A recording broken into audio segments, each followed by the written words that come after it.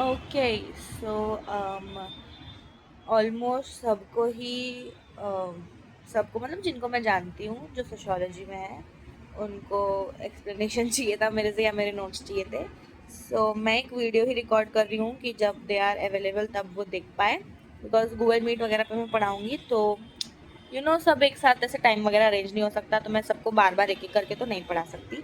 इसलिए मैं कॉल पे वीडियो बना के अपलोड भेज दूंगी एंड उससे पढ़ लेना, ठीक है। So let's start. मैंने मेरे नोट्स से मैं पढ़ाती हूँ। इसको ऐसे रख देती हूँ। थोड़ा वॉइस डिस्टरबेंस होगा तो इग्नोर करना, मैं जोड़ने की कोशिश करूँगी, ठीक है। तो सबसे पहले तो यूनिट 1 का अपन सबसे डिफिकल्ट जो टॉपिक है वो है चारों ऑथर्स, उनके बारे में वी विल टॉक, मतलब मैं बताऊंगी। तो सबसे पहले तो हैं अपने ऑगस्ट कॉम्ट। ऑगस्ट कॉम्ट का स्पेलिंग है Auguste Comte, AUGUSTECOMPTE, Auguste Comte. हम उसको लेकिन ऑगस्ट कॉम्ट ही बुलाते हैं। तो ऑगस्ट कॉम्ट ने इन द ईयर 1893 को सोशियोलॉजी वर्ड को कॉइन किया था। This is the very important thing, ये याद रखना। ऑगस्ट कॉम्ट ने 1893 को सोशियोलॉजी टर्म को कॉइन किया था। ओके, देन लेट्स सी कि ऑगस्ट कॉम्ट ने मतलब क्या क्या किया। तो बेसिकली उसने कॉइन किया, so he was the first sociologist, very first sociologist जिसने सोशियोलॉजी को लाया। so बेसिकली क्या है ना, जो ऑगस्ट कॉम्ट है उसका क्या था कि उसको सोशियोलॉजी को इक्वल बनाना था विथ नेचुरल साइंसेस, बिकॉज और बाकी जो भी एग्जिस्ट करते थे, फॉर एग्जांपल साइकोलॉजी है, इकोनॉमिक्स है, एंड लाइक एंथ्रोपोलॉजी, फिलोसफी। तो इन सब में ना हम बहुत ही ऐसे ब्रीफ स्टडी करते हैं। लाइक फॉर एग्जांपल इकोनॉमिक्स में हम लोग सिर्फ इकोनॉमी के बारे में पढ़ते हैं, साइकोलॉजी में हम सिर्फ ह्यूमंस के बारे में पढ़ते हैं। तो सोशियोलॉजी उसको क्यों चाहिए थी कि हम सबको ओवरऑल पढ़े। सो इफ यू सी, हम सोशियोलॉजी में सब कुछ स्टडी करते हैं, we study society as a whole. इसलिए अगर क्वेश्चन आता है कि डिफरेंशिएट बिटवीन नेचुरल साइंस और सोशल साइंस और हाउ ऑगस्ट कॉम्ट उसने सोशियोलॉजी को कैसे बढ़ाया और how did sociology come into picture, ये सोशियोलॉजी की शुरुआत कैसे हुई, बेसिक उस पे है, ठीक है। तो जो सोशियोलॉजी है ना, इट इज डिराइव्ड फ्रॉम जो सोशियो वर्ड है, it is derived from socius which is a Latin word जिसका मतलब है पीपल, एंड लॉजी जिसका मतलब है लोगोस, जिसका ग्रीक वर्ड है जिसका मतलब है स्टडी और साइंस। ये रटना पड़ेगा, इसका कोई कुछ खास ये नहीं है। So like socius and logos. Socius is Latin, logos is Greek, and socius का मतलब है पीपल एंड लोगोस का मतलब है स्टडी और साइंस। तो it is the study of people और the science of people. Okay, ठीक है। तो सोशियोलॉजी इज द यंगेस्ट, क्योंकि वो अभी अभी जस्ट आया है, अभी अभी इट इज वेरी। तो एरिस्टोटल का एक कोट है, ये कोट अगर मैम पे इंप्रेशन अच्छा जमाना है तो डाल देना। You can not swim in a river twice because when you go to swim again either you have changed or the river. इसको डबल इन्वर्टेड कॉमास में करके लिख देना। ये होगा, हम सोशियोलॉजी के बारे में जब 7.5 मार्क का आंसर लिखेंगे तो ये हम कोट करेंगे। फिर हम लिखेंगे कि सोसाइटी जो है वो चेंज होती रहती है। तो हम एक सोसाइटी को एक्सपेरिमेंट्स के थ्रू क्यों नहीं पढ़ सकते, क्योंकि वो चेंज होती रहती है। पैसे इतने नहीं है, कोई मशीन नहीं है हमारे पास, कोई जो इंडिविजुअल लोग हैं उनका दिमाग भाई बहुत कॉम्प्लेक्स है, तो हम लोग नहीं समझ सकते, राइट। तो सोशियोलॉजी को स्टडी करने के दो बेसिक मेथड्स है, एक ऑब्जर्वेशन एंड एक कंपैरिजन। वाई, अभी सोशियोलॉजी को हम एक्सपेरिमेंट से तो नहीं कर सकते, तो फर्स्ट थिंग हम करेंगे वो है ऑब्जर्वेशन। हम लोगों को देखेंगे कैसे वो कर रहे हैं एंड एक दूसरे से उनको कंपेयर करेंगे टू डिराइव आर इवेल्युएटिव्स। एक और तरीका है सोशियोलॉजी को पढ़ने का विच इज सर्वेज। हम सर्वेज कंडक्ट करेंगे, उसमें एक परसेंटेज हमें दिखाएगा, वो परसेंटेज के अकॉर्डिंग हम लोग जज करते हैं सोसाइटी को, राइट, ठीक है। तो ऑगस्ट कॉम्टे का क्या बिलीव था, पॉजिटिविज्म, ठीक है। August Comte believed in positivism, he was a positivist and positivism is scientific spirit which comes from objectivity. अब मैं ये सब बताती हूँ, ये सब याद कैसे रखेंगे। नाउ दो चीज होती है, एक ऑब्जेक्टिविटी, एक सब्जेक्टिविटी। ऑब्जेक्टिविटी का मतलब है ऑब्जेक्ट, ऑब्जेक्ट फिजिकली प्रेजेंट होता है, राइट? ऑब्जेक्ट अपने आंखों के सामने, जैसे ये pouch, this is an object.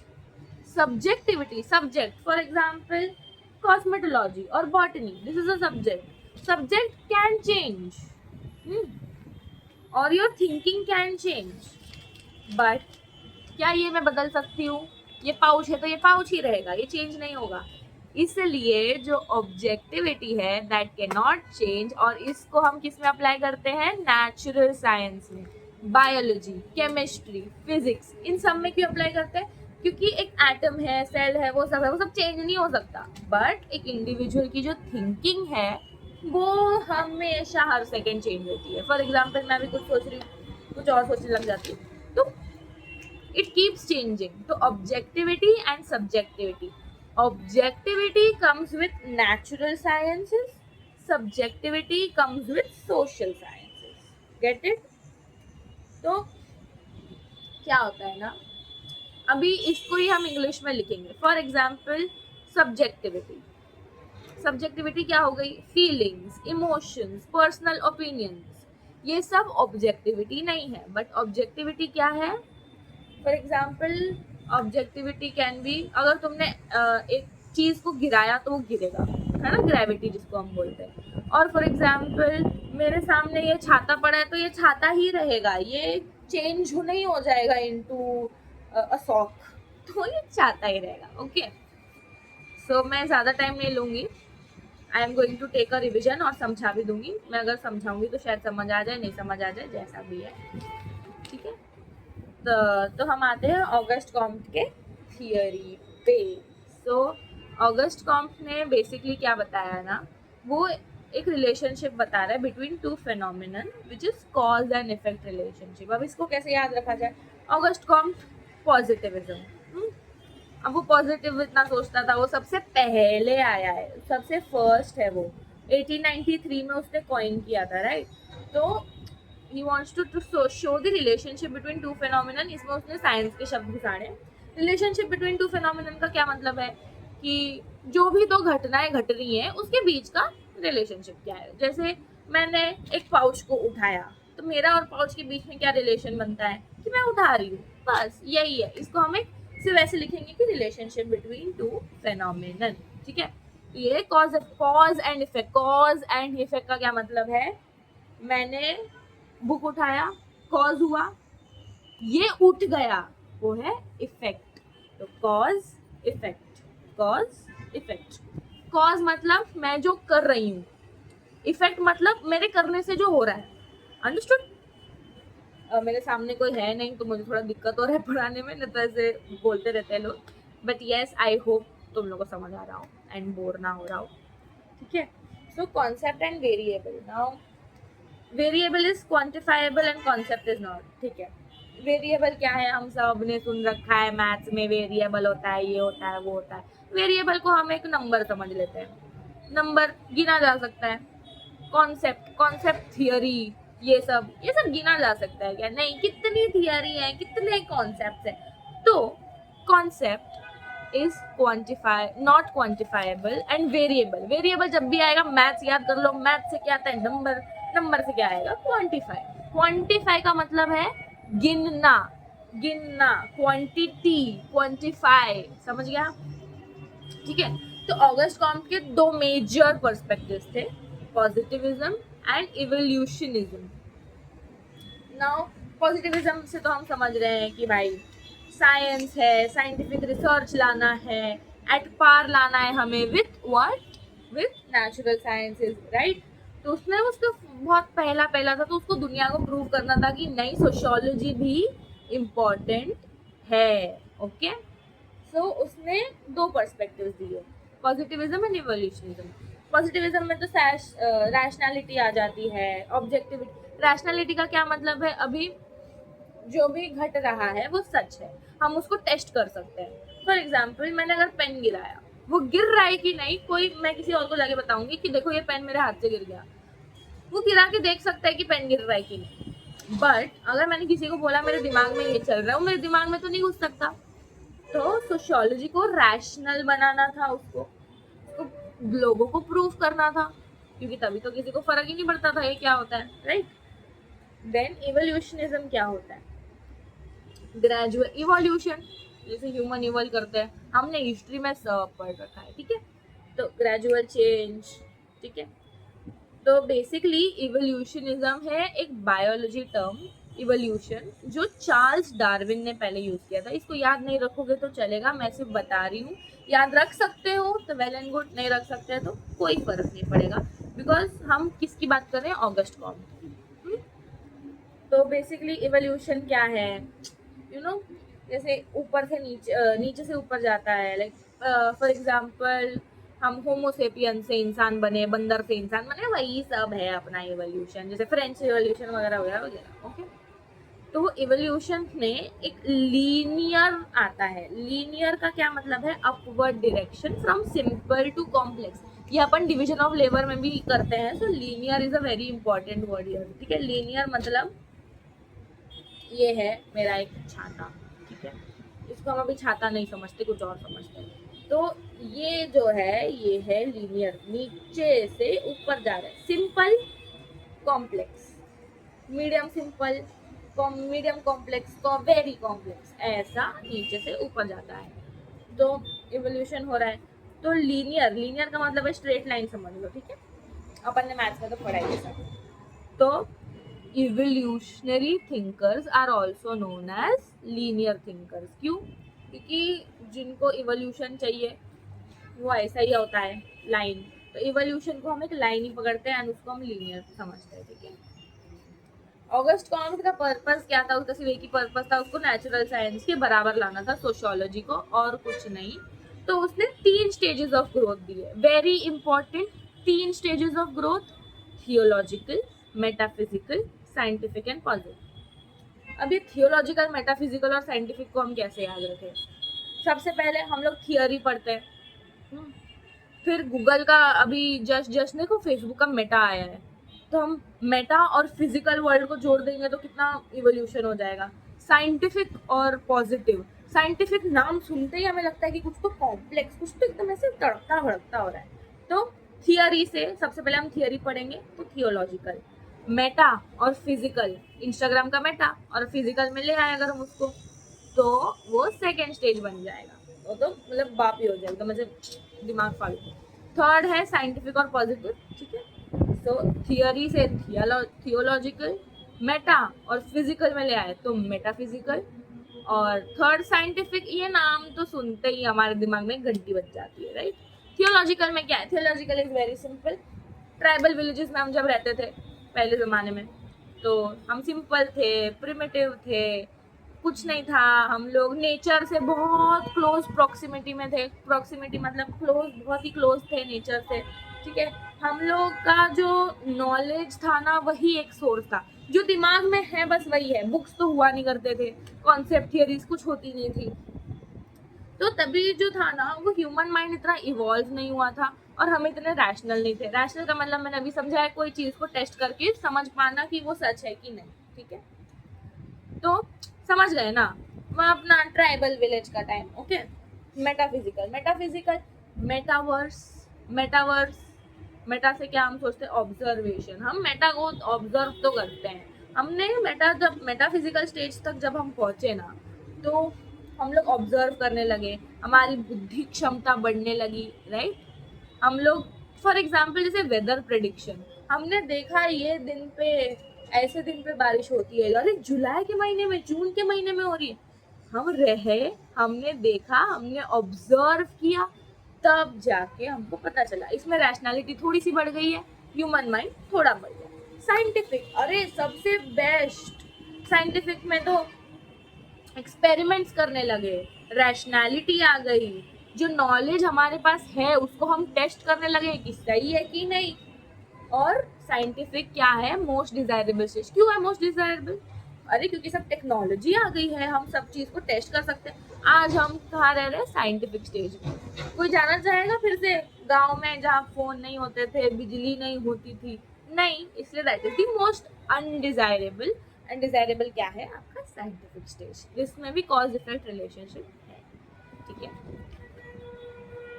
तो अगर 7 मार्क के लिए आएगा, मैंने जो बोला सोशियोलॉजी से स्टार्ट करेंगे। तो हम लिखेंगे सोशियोलॉजी 1893 कॉइन हुआ, फिर उसके बाद हम नेचुरल और उसके साइंस के बारे में लिखेंगे। फिर ऑगस्ट कॉम्टे ने कौन से 2 पर्सपेक्टिव दिए, पॉजिटिविज्म एंड इवोल्यूशनिज्म, उसके बारे में हम लिखेंगे। देन 3 स्टेजेस पे आएंगे एंड वो 3 स्टेजेस के बाद ऑगस्ट कॉम्ट की थियोरी खत्म। अब हम बढ़ते हैं किसके ऊपर? Herbert Spencer. तो हमारे पास 4 हैं, August Comte, Herbert Spencer, Emile Durkheim and Karl Marx. ये याद रखने के लिए कोई फोनिक्स वगैरह यू कैन यूज, मेरे पास कुछ नहीं है, मैं बस याद रखती हूँ। ठीक है, सो हर्बर्ट स्पेंसर ने क्या दिया था ना, ऑर्गेनिक एनालॉजी। अब हम इससे समझ सकते हैं ऑर्गेनिक एनालॉजी का मतलब इंसानों को पढ़ता है, वो इंसानों को और सोशल को या सोसाइटी को कंपेयर करता है, एडवांटेजेस एंड डिसएडवांटेजेस को कंपेयर करता है। तो he was a structural functionalist. Why structural functionalist? For example, architect ने एक ऐसा बिल्डिंग खड़ा किया, ये क्या है? एक स्ट्रक्चर, इसका कोई फंक्शन है, हम इसके ऊपर से चल के जाते हैं, क्या है वो? उसका फंक्शन। तो आर्किटेक्ट ने जो किया है, इसका कोई पर्पस है। तो वो कैसे सोचता था ना, हर चीज एक स्ट्रक्चर है। जैसे इंसान, मेरा भी एक स्ट्रक्चर है, हम सबका एक स्ट्रक्चर है, पर हमारा फंक्शन सबका अलग अलग है। Understood? That is why is known as structural functionalist. Structural functionalist. Herbert Spencer architect था, ये याद रख लो, लिखना मत, बस याद रखने के लिए। ठीक है, वो क्या सोचता था ना कि we should take efforts towards restoration, मतलब वॉर हो गया, ये सब हो गया, तो हमें एफर्ट लेना चाहिए। जैसे ये पुल टूट गया, पूरा ऐसे खुचुड़ गया, तो ये पुल को फिर से बनाना पड़ेगा, नहीं तो एक इंसान इधर से इधर कैसे जाएगा, इसलिए वी नीड टू रिस्टोर। तो उसने बेसिकली, मतलब सिमिलैरिटी तो सब लोग देखते हैं कि इंसान और सोसाइटी में क्या सिमिलर है, बट डिफरेंसेस ज्यादा कोई नहीं देखता। तो हर्बर्ट स्पेंसर ने डिफरेंसेस बताए। डिफरेंसेस काफी कम है, जैसे हम लोग सेल्स के बने हैं, पर सोसाइटी स्ट्रक्चर की बनी है। हम लोग इंडिविजुअली कल्चर फॉलो करते हैं, पर सोसाइटी में बहुत सारे कल्चर है। हम लोग को खाना पानी चाहिए जीने के लिए, सोसाइटी को नहीं चाहिए। हम लोग मर जाते हैं, सोसाइटी नहीं मरती कभी। ठीक है, हम इवॉल्व होते हैं, सोसाइटी चेंज होती है। हम मूव कर सकते हैं, हम इधर से उधर, उधर से इधर, इधर से उधर कर सकते हैं, जिसको मोबिलिटी बोलते हैं। तो हम इधर से उधर, उधर से इधर मूव कर सकते हैं, पर सोसाइटी कर सकती है क्या? नहीं। ठीक है, तो हर्बर्ट स्पेंसर ने क्या डिफरेंसेस बताए? सबसे पहले तो लाइफ साइकिल, कि हम मर जाते हैं। सेकेंड, कॉन्शियसनेस, कि हमारे पास एक दिमाग है, हम सोचते हैं, हमारा एक इंडिविजुअल थॉट है। ठीक है, बट सोसाइटी का नहीं है। थर्ड, मोबिलिटी मतलब हम इधर उधर कर सकते हैं, सोसाइटी नहीं कर सकती। लास्ट, ऑर्गन एम्प्यूटेशन, मतलब मेरे शरीर का कोई हिस्सा खराब हो जाए तो मैं उसको काट सकती हूँ, पर सोसाइटी का कोई हिस्सा खराब हो जाए तो क्या मैं उसको काट के ऐसे फेंक सकती हूँ या नया लगा सकती हूँ? नहीं। That is what he says. ठीक है, तो बहुत सारे स्कॉलर्स थे जिन्होंने ऐसे मतलब स्ट्रक्चरल फंक्शनलिज्म, ऑर्गेनिक एनोलॉजी, ये सब बोला था, बट हर्बर्ट स्पेंसर कंसिडर किया जाता है जिसने ये टर्म को कॉइन किया था। ऐसा कोई स्पेसिफिक नहीं दिया है, बहुत सारों ने किया था, उसमें से सबसे ज्यादा इसको माना जाता है। बस बात खत्म। ठीक है, तो उसने हमें क्या क्या बताया है ना, उसने कहाँ गया, ओके, इसके बारे में इतना ही। हर्बर्ट स्पेंसर ने सबसे मैं बता दूं। ठीक है, ऑगस्ट कॉम्टे ने पॉजिटिविज्म इवोल्यूशनिज्म किया इन द ईयर 1893। 1893 को 90 जो भी बोलते हैं 93। ठीक है, तो ऑगस्ट कॉम्ट सबसे पहला था, तो उसका क्या था कि मेरे को दुनिया को प्रूव करना है, और उसने 3 स्टेजेस ऑफ ग्रोथ दिए हैं, 3 स्टेजेस ऑफ ग्रोथ। सबसे पहले थियरी तो theological, second Instagram Meta right, and physical है तो मेटाफिजिकल, थर्ड अरे साइंटिफिक एक्सपेरिमेंट तो करते रहते हैं, ठीक है। नेक्स्ट अपना हर्बर्ट स्पेंसर ने क्या किया है, ऑर्गेनिक एनालॉजी दी है, राइट। तो वो ऑर्गेनिक एनालॉजी क्या है, स्ट्रक्चरल फंक्शनलिज्म। उसने ऑर्गेनिक एनालॉजी दी है बट हम क्या बोलेंगे, स्ट्रक्चरल फंक्शनलिज्म। ये क्या था, बंदा आर्किटेक्ट था। इसने क्या बताया है, ऑर्गेनिक से समझ जाओ बॉडी, अपनी इंसान की बॉडी और सोसाइटी को ये कंपेयर करता है, इसके डिफरेंसेस बताता है, ओके। नेक्स्ट है एमाइल डर्कहाइम, ये भी लड़का है। सबसे ज्यादा मैटर ऑफ कंटेंट है एमाइल डर्कहाइम में, तो ये सबसे ज्यादा अच्छे से पढ़ना, बिकॉज इसमें से सबसे ज्यादा क्वेश्चंस पूछे जा सकते हैं। जैसे इसने दिया आपका division of labour which leads to solidarity. तो हम सब ने मैम को सॉलिडारिटी बोलते हुए सुना है, राइट। बेसिकली इसका क्या कहना है ना, इसने डिवीजन ऑफ लेबर दिया। फॉर एग्जाम्पल एमाइल डर्कहाइम का क्या कहना है ना, कि जैसे जैसे आबादी बढ़ती गई, जैसे जैसे पॉपुलेशन बढ़ता गया, बहुत ज़्यादा लोग आ गए, डेंसिटी बढ़ गई पॉपुलेशन की, राइट, एज बढ़ गया, सब कुछ बढ़ गया, तो लोगों की ज़रूरतें भी बढ़ गई तो क्या हो गया, it led to division of labour. मतलब जो भी काम करने वाले थे ना, उनको हमने अलग अलग दे दिया। पहले सब एक ही काम करते थे, फार्मिंग। अब क्या करते हैं, कोई फार्मिंग करता है, कोई दूध बेचता है, कोई दूध लेता है, कोई काम करता है कोई किसी और के लिए काम करता है, किसी की खुद की कंपनी है, मैं पढ़ाई करती हूँ और तुम लोग को पढ़ाती हूँ, तो ये है, अंडरस्टूड। नेक्स्ट, तो इसने क्या किया है ना, 2 सॉलिडारिटी दी है, एक मैकेनिकल और एक ऑर्गेनिक। सॉलिडारिटी का मैं ऐसे कुछ खास मतलब तो नहीं समझा सकती, लेट मी सी कुछ है तो okay. Solidarity basically means a we feeling. Solidarity का मतलब है सॉलिड पता है, सॉलिड स्ट्रक्चर। अगेन आ जाते हैं हम इस पर, सॉलिड है ये सॉलिड क्यों है, क्योंकि हम एक दूसरे से जुड़े हुए हैं। So the connectivity between the people is what we call solidarity. तो एमाइल डर्कहाइम ने ना वही मतलब डिवीजन ऑफ लेबर बताया है, जिससे 2 सॉलिडारिटी बताई है, ऑर्गेनिक और मैकेनिकल, ठीक है। अब इसको याद कैसे रखेंगे कि ऑर्गेनिक में क्या है, मैकेनिकल में क्या है। तो मैकेनिकल से हम सबसे पहले मैकेनिक को याद करते हैं।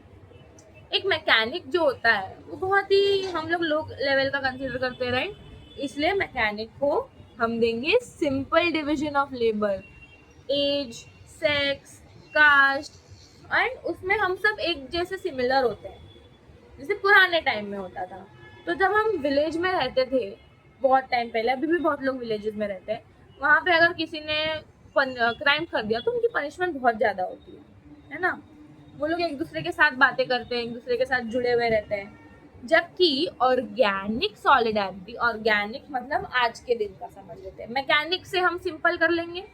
ऑर्गेनिक मतलब मॉडर्न डे में अभी अपन एक दूसरे से कहाँ जुड़े हुए हैं, मुझे नहीं पता कि मुझे न्यूज़पेपर कौन देता, मुझे नहीं पता ये घर किसने बनाया, मुझे नहीं पता ये पाउच किसने बनाया, पर जिसने भी बनाया है मेरे काम आ रहा है। तो कहीं ना कहीं पे हम कनेक्टेड है, राइट। अगर हम कनेक्टेड है तो क्या हो गया, हम लोग की सॉलिडारिटी है। लोग अज्यूम करते हैं कि अगर हम एक दूसरे से कनेक्टेड नहीं है तो सॉलिडारिटी खत्म हो जाएगी, नहीं, सॉलिडारिटी खत्म नहीं होती है, it just changes its shape. हम एक दूसरे से भले ही बात ना करें, we are still connected, understood. तो इसके ऊपर अभी मैंने जितना समझा है उसके ऊपर से you can write it on your own, है ना। तो बाकी एमाइल डर्कहाइम ने ना सोशल फैक्ट्स दिए। What are social facts? Social fact है थिंग्स जिनको हम साइंटिफिकली स्टडी कर सकते हैं।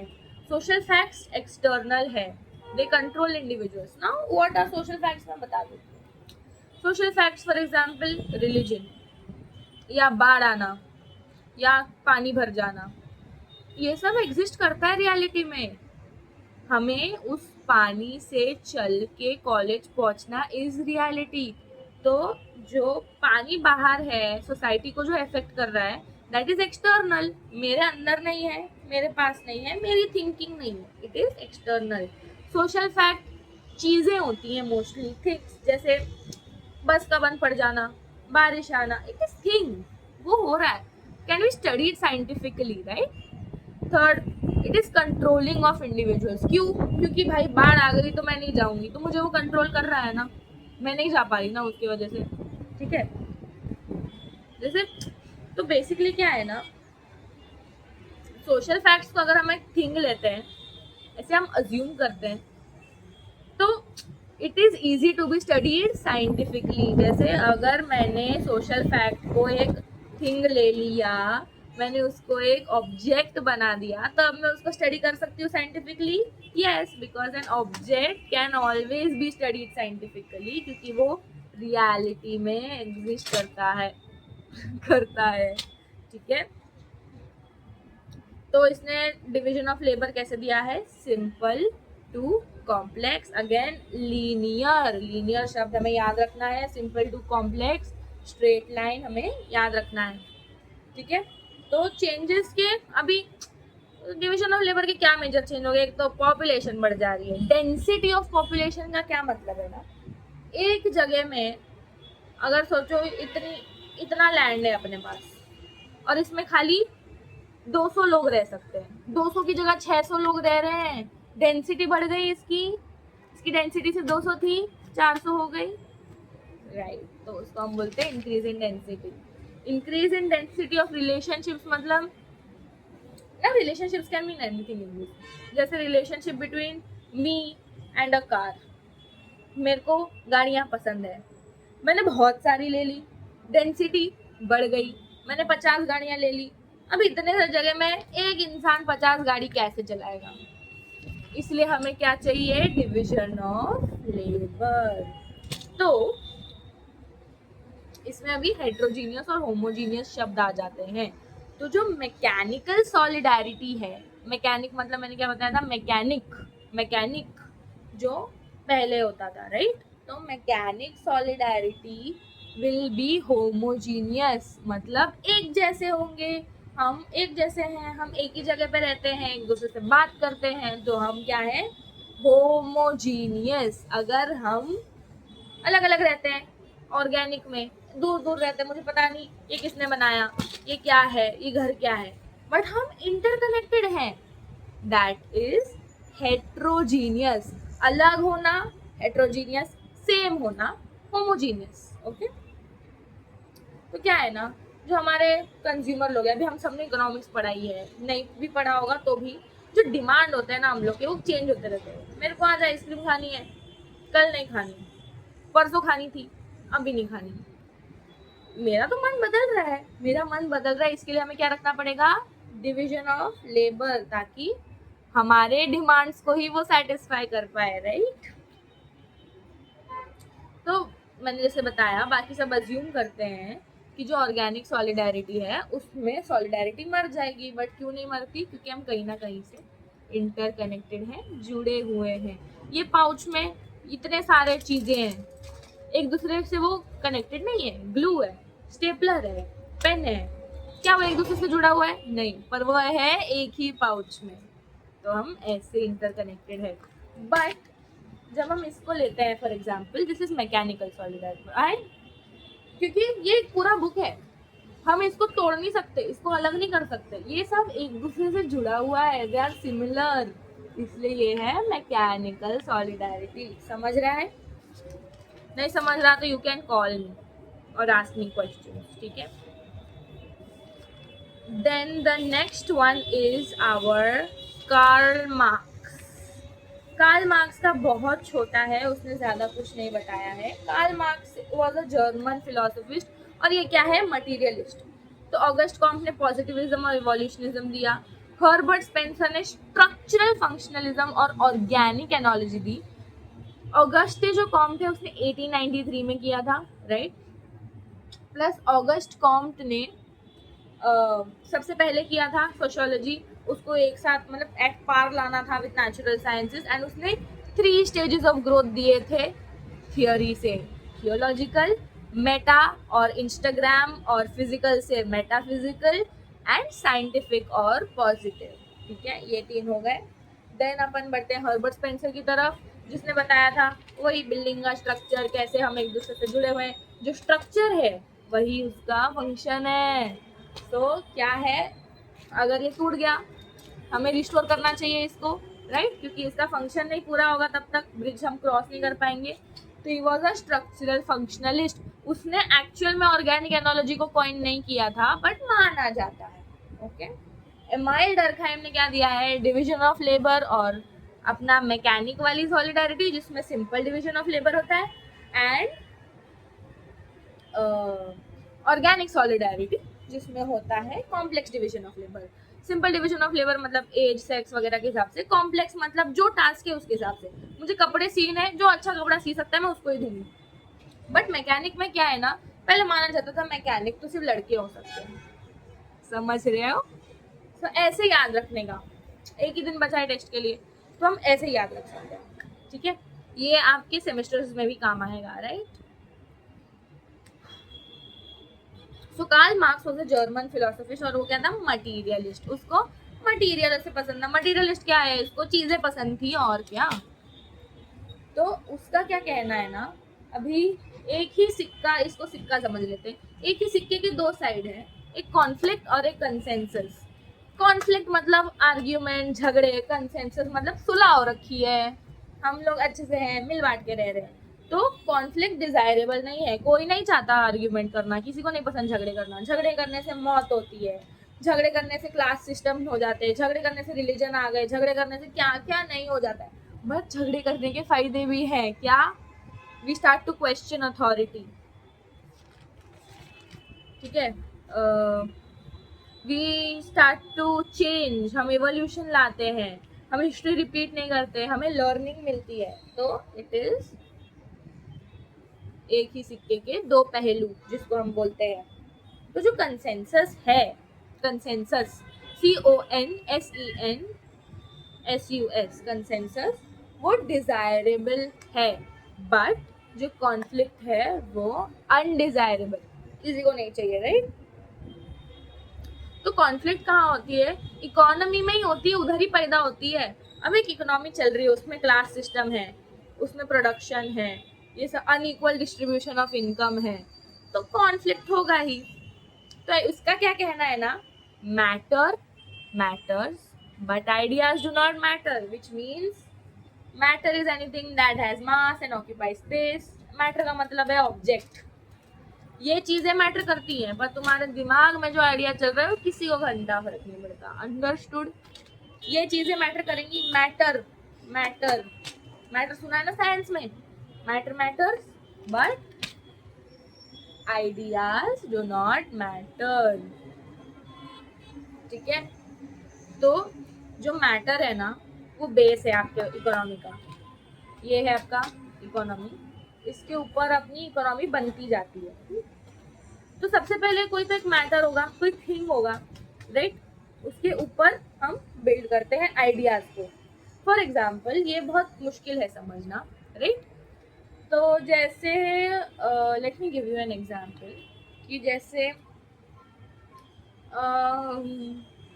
सती प्रथा, लेट्स टेक सती प्रथा फॉर एग्जाम्पल। सती प्रथा छोड़ो, कुछ भी ले लेते हैं, अपना पॉलिटिशियन का इलेक्शन ले लेते हैं। ठीक है, इनकी इलेक्शन कैसे होती है, हम वोट करते हैं, फिर वो इलेक्ट होते हैं, फिर वो चूज होते हैं। तो सबसे फर्स्ट क्या है, पॉलिटिशियन की जरूरत क्यों है, वो डिसाइड करना, विच इज बेस, वो आपका मैटर हो गया। उसके ऊपर हमारे इंसानों के आइडियाज आएंगे, पहले वो नहीं आएगा, क्योंकि पता ही नहीं पॉलिटिशियन क्या है क्या नहीं होता है, तो हम वोट किसको डालेंगे, राइट। समझा, ठीक है। तो वो क्या बोलता है ना कि अथॉरिटी जो है वो इनविजिबल है, but exercise of authority is ideological. Let me tell you, जो अपने any prime minister, any minister जो भी है, वो कोई भी है, फॉर एग्जाम्पल, जिस अपने प्रिंसिपल मैम है, उनके पास अथॉरिटी है हमें निकालने की, बट वो इनविजिबल होता है, क्योंकि किसी के पास भी हो सकती है अथॉरिटी। प्रिंसिपल मैम हो गई, मेरे घर में मेरे पापा के पास है अथॉरिटी, राइट, स्कूल्स में टीचर्स के पास है अथॉरिटी, तो अथॉरिटी सबके पास होती है, पर उसको कैसे अपनाना है वो आइडियोलॉजिकल है, वो अपनी बुद्धि सोचती है। मेरे फोन में शायद 4, but still we will manage. मैं फटाफट कवर कर लेती हूँ। एमाइल डर्कहाइम का ऑलमोस्ट खत्म ही हो गया है। एंड इसने 2 थियरीज दी हैं, फंक्शनलिज्म एंड कलेक्टिविज्म, ठीक है। ऑगस्टे कॉम्ट ने पॉजिटिविज्म एंड इवोल्यूशनिज्म दिया था। हर्बर्ट स्पेंसर ने 3 स्टेजेस दिए थे ग्रोथ के, और वो स्ट्रक्चरल, फंक्शनलिज्म और ऑर्गेनिक एनोलॉजी दी थी। एमाइल डर्कहाइम ने फंक्शनलिज्म एंड कलेक्टिविज्म दिया है, ठीक है। ये मैं सिर्फ बता रही हूँ, कार्ल मार्क्स के साथ इसको मिक्स मत करना। कार्ल मार्क्स ने क्या दिया है, कार्ल मार्क्स ने मटीरियलिस्ट है वो, उसको सिर्फ मटीरियल से मतलब है। आइडियोलॉजी, उसने कॉन्फ्लिक्ट और कंसेंसस के बारे में बात की है, ठीक है। तो बेसिकली उसने सिर्फ वही बताया कि कॉन्फ्लिक्ट के कितने ड्रॉबैक्स हैं, रीजन क्या है उसका, एडवांटेज डिसएडवांटेज क्या है, एंड उसने अथॉरिटी की बात की है एंड कॉन्फ्लिक्ट कैसे आता है। तो ये इतना ज़्यादा डिफिकल्ट नहीं है कार्ल मार्क्स का। सबसे ज़्यादा डिफिकल्ट जो है वो है एमाइल डर्कहाइम का। मेरे जो पर्सनल लिखे हुए नोट्स हैं वो मैं पीडीएफ के फॉर्म में डाल दूंगी, नहीं वीडियो में नहीं डाल पाऊंगी, but you can message me personally, या फिर लाइक अगर तुम्हें मेरे पीडीएफ के नोट्स चाहिए तो यू कैन ईमेल मी। मैं मेरा ईमेल जो है मैं डिस्क्रिप्शन बॉक्स में डाल दूंगी, तो you can just email me और message me if you have my number, तो you can get the PDF मेरे नोट्स का, मेरे हैंड रिटन नोट्स का, ठीक है। So okay, last topic I forgot to cover is careers. Very easy, कुछ नहीं है इसमें, it is just your career in sociology. सबसे पहले तो आप क्रिमिनोलॉजिस्ट बन सकते हो, सबसे पहले सोशल वर्क कर लोगे, क्योंकि सोशियोलॉजी सोशल वर्क, लॉ में घुस सकते हो, रिसर्च कर सकते हो, क्रिमिनोलॉजिस्ट बन सकते हो, जर्नलिस्ट एंड एडमिनिस्ट्रेशन। इस पे अगर 7 मार्क का क्वेश्चन आता है तो आई वुड से कि जैसे सोशल वर्क को एलैबोरेट करना, इसमें क्या है, लॉ कैसे करते हैं, यू नो ना। क्रिमिनोलॉजिस्ट जो क्रिमिनोलॉजिस्ट वो होता है जो like victim, correction agency, behavioural analysis करता है कि कौन हो सकता है क्रिमिनल, कौन है क्रिमिनल, वैसा, ठीक है। जर्नलिस्ट होता है, एडमिनिस्ट्रेशन होता है, तो ये सब होता है। करियर सोशियोलॉजी में मैं इतना नहीं बताऊंगी बिकॉज आई हार्डली डाउट ये आएगा, बट अगर आ गया तो all the best, you can write about it. All the best to all of you and to me also कल के टेस्ट के लिए। एंड कुछ डाउट है, message me personally if you have my number, और यू कैन ईमेल मी, मेरा नीचे email मैं दे दूंगी। Okay, thank you so much, and I hope तुम लोग को समझ आ गया होगा। Bye bye guys, take care, see you in the next video.